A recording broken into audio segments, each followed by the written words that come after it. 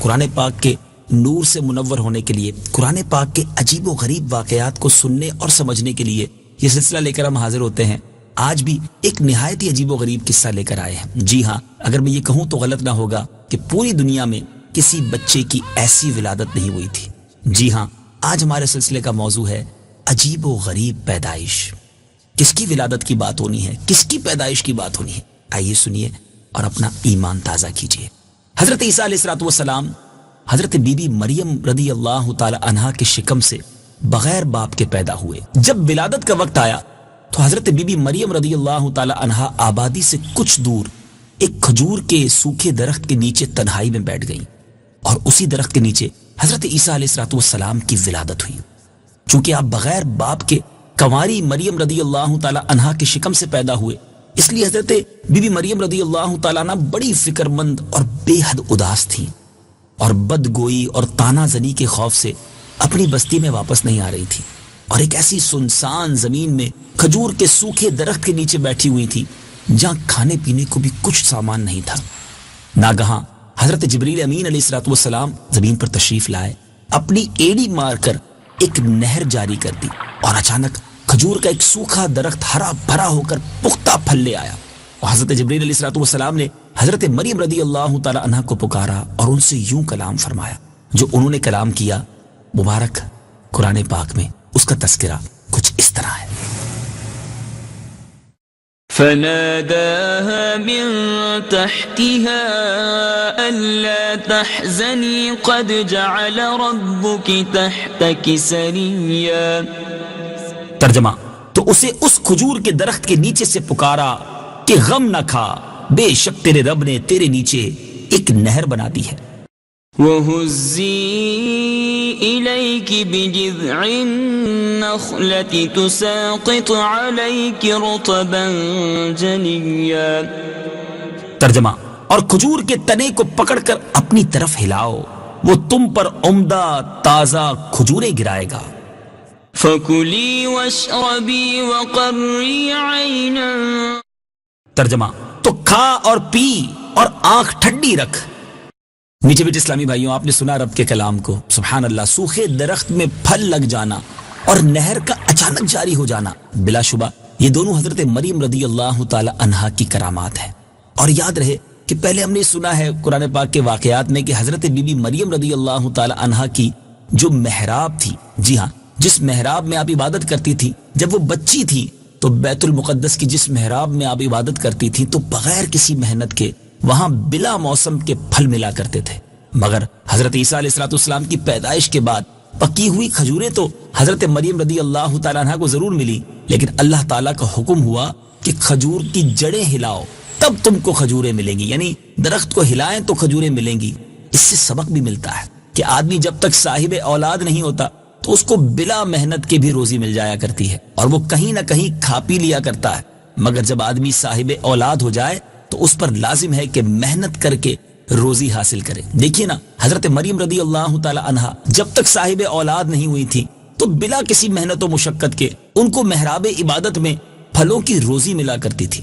مگر جب ان کے فرزند حضرت عیسیٰ علیہ السلام پیدا ہو گئے تو اب اللہ تبارک و تعالیٰ نے یہ حکم دیا کہ کھجور کے درخت کو ہلاؤ اور محنت کرو، اس کے بعد کھجوریں ملیں گی۔ سبحان اللہ، سبحان اللہ۔ میرے بیچ اسلامی بھائیو، اب حضرت عیسیٰ علیہ السلام کی ولادت ہو چکی ہے، مگر ماجرا بڑا عجیب ہے، کیونکہ بستی کے لوگوں نے یقیناً اس بات کو آسانی سے نہیں ماننا۔ تو حضرت مریم رضی اللہ تعالی عنہا حضرت عیسیٰ علیہ السلام کو گود میں لے کر بنی اسرائیل کی بستی میں جب تشریف لائیں تو قوم نے آپ پر بدکاری کی تہمت لگا دی، اور لوگوں نے کہنا شروع کر دیا کہ اے مریم، یہ تو نے بہت برا کام کیا، حالانکہ تمہارے والدین میں تو کوئی خرابی نہیں تھی اور تمہاری ماں بھی بدکار نہیں تھی، بغیر شوہر کے تمہارے یہاں لڑکا کیسے پیدا ہو گیا؟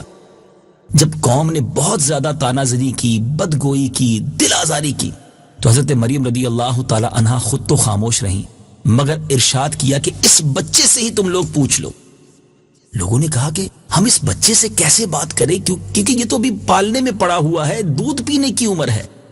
تو قوم کا یہ کلام سن کر حضرت عیسیٰ علیہ السلام نے خود ہی بیان تقریر شروع کر دی۔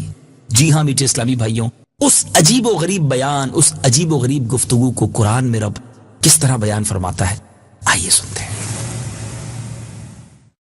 قال إني عبد الله آتاني الكتاب وجعلني نبيا. ترجمہ، بچے نے فرمایا بے شک میں اللہ کا بندہ ہوں، اس نے مجھے کتاب دی ہے اور مجھے نبی بنایا ہے. وجعلني مباركا أينما كنت وأوصاني بالصلاة والزكاة ما دمت حيا. ترجمہ، اور اس نے مجھے مبارک بنایا ہے خواہ میں کہیں بھی ہوں، اور اس نے مجھے نماز اور زکوٰۃ کی تاکید فرمائی ہے جب تک میں زندہ رہوں.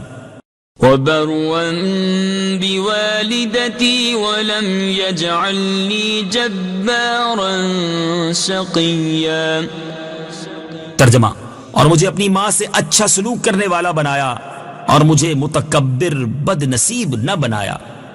والسلام علي يوم ولدت ويوم أموت ويوم أبعث حيا. ترجمہ، اور مجھ پر سلامتی ہو جس دن میں پیدا ہوا اور جس دن وفات پاؤں اور جس دن زندہ اٹھایا جاؤں.